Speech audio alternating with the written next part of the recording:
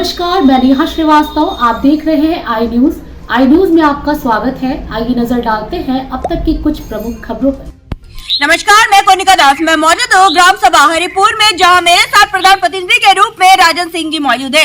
मैं इनसे जानना चाहूंगी कि अभी तक इन्होंने 2 सालों में अपने ग्राम सभा में क्या क्या विकास कार्यों को करवाए हैं और आने वाले 3 साल के लिए क्या रूपरेखा तैयार की है ताकि इस ग्राम सभा का कायापलट हो सके।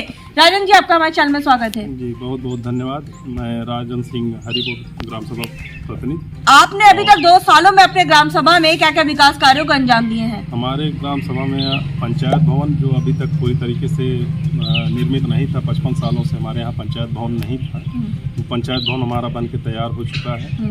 उसके अलावा सामुदायिक शौचालय भी है, आंगनबाड़ी केंद्र है, और यहाँ पे पिछले जो 2 विगत वर्षों में हमने जो कार्य किए हैं, उस कार्यों में 5 इंटरलॉकिंग है और एक बढ़िया तालाब जो है प्रदीप शर्मा बस्ती में हमने वो तालाब खुदाई का कार्य किया है। उसमें जल संरक्षण के लिए बढ़िया योगदान रहा। और ज़मीन जो खेल मैदान के नाम से हमारे यहाँ चिन्हित थी, लगभग उस पर 10-12 वर्षों से विवाद चल रहा था। वो ज़मीन हमने चिन्हांकित करके बच्चों के लिए खेल मैदान के प्रोसेस में सरकार से उस पर धन आवंटन हो गया है, उसके लिए कार्य कर रहे हैं। आवास कितने आवंटित हुए? आवास हमारे यहाँ प्रधानमंत्री से लगभग 60 आवास गरीब लोगों को प्राप्त हो चुके हैं। 30 आवास मुख्यमंत्री योजना के तहत लोगों को मिले हैं। आवास हमारे यहाँ सारे पूर्ण हैं। शौचालय 20।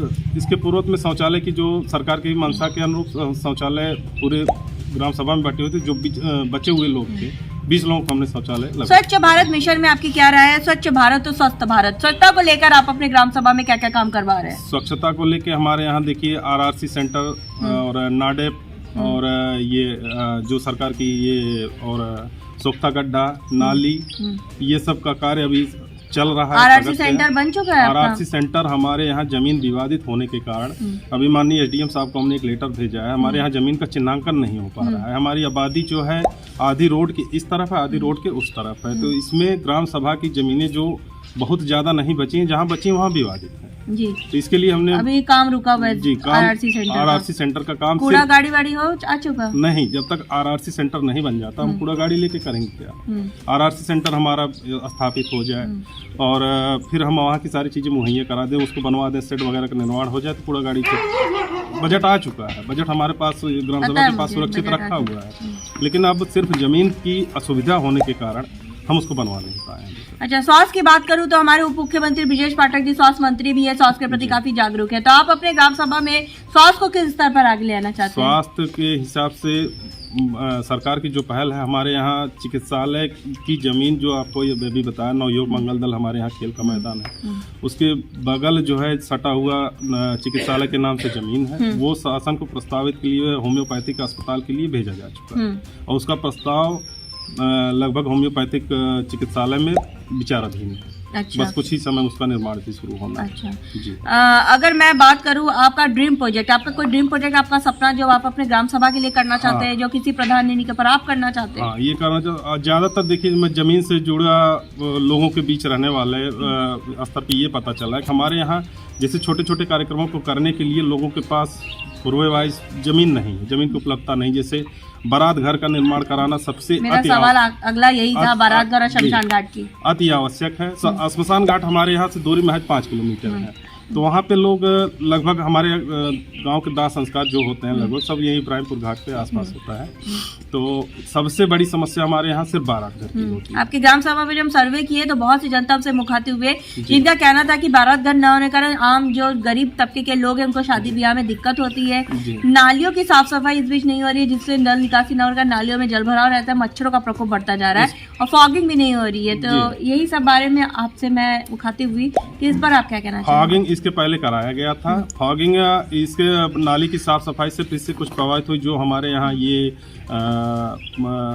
जल योजना आई थी सरकार की, हर घर जल योजना के तहत, तो उसमें सीसी रोड तोड़ के और किनारे जो जल मिशन कार्यक्रम के अंतर्गत उसको तोड़ के जो पाइप डाली गई थी उसमें, उसी से थोड़ी अव्यवस्था हो रही है। अब वो सुचारू रूप से शुरू हो चुकी है।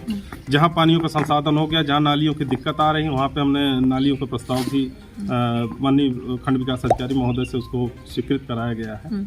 और इसी लगभग 6 महीने, क्योंकि अभी आपको एक बात और बताना चाहिए, सबसे ज़्यादा हम अगर इन अपने 2 साल के या 2.5 साल के कार्यकाल में अगर सबसे बाधित हुए तो हम पंचायत भवन को लेकर बाधित हुए हैं, क्योंकि वो हमारा मसला जो है बहुत बुरी तरीके से फंस चुका था।